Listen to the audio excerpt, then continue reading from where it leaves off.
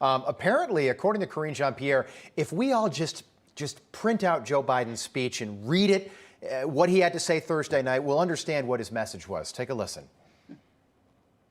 In his pre-buttal, House Minority Leader Kevin McCarthy, among many things he said, he took great issue with a lot of the things you were just talking about, those legislative accomplishments. But he also said the president owes half the country an apology.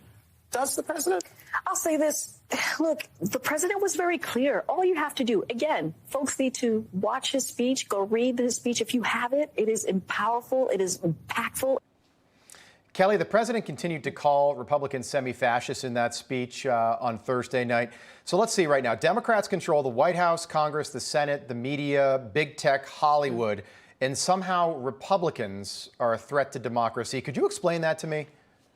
No. And, you know, usually politics is a game of attrition, right? You want to get as many people to vote for you as possible for a winning message. This was basically a declaration of war on half of America. The Democrats are saying, Joe Biden is saying, if you don't agree with me, and if you're not with me, you're against me. And if you're against me, you're a threat to democracy. And I think that, you know, people in middle America watched that speech or read the speech and took that away. And that is, you know, it was a Hillary Clinton deplorables moment. Right. Where you just feel disrespected.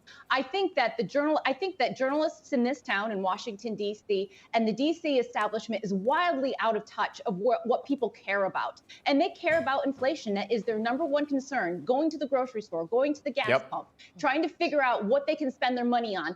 You know, budgeting. Consumer sentiment is at an all-time low. They do not care about January 6th.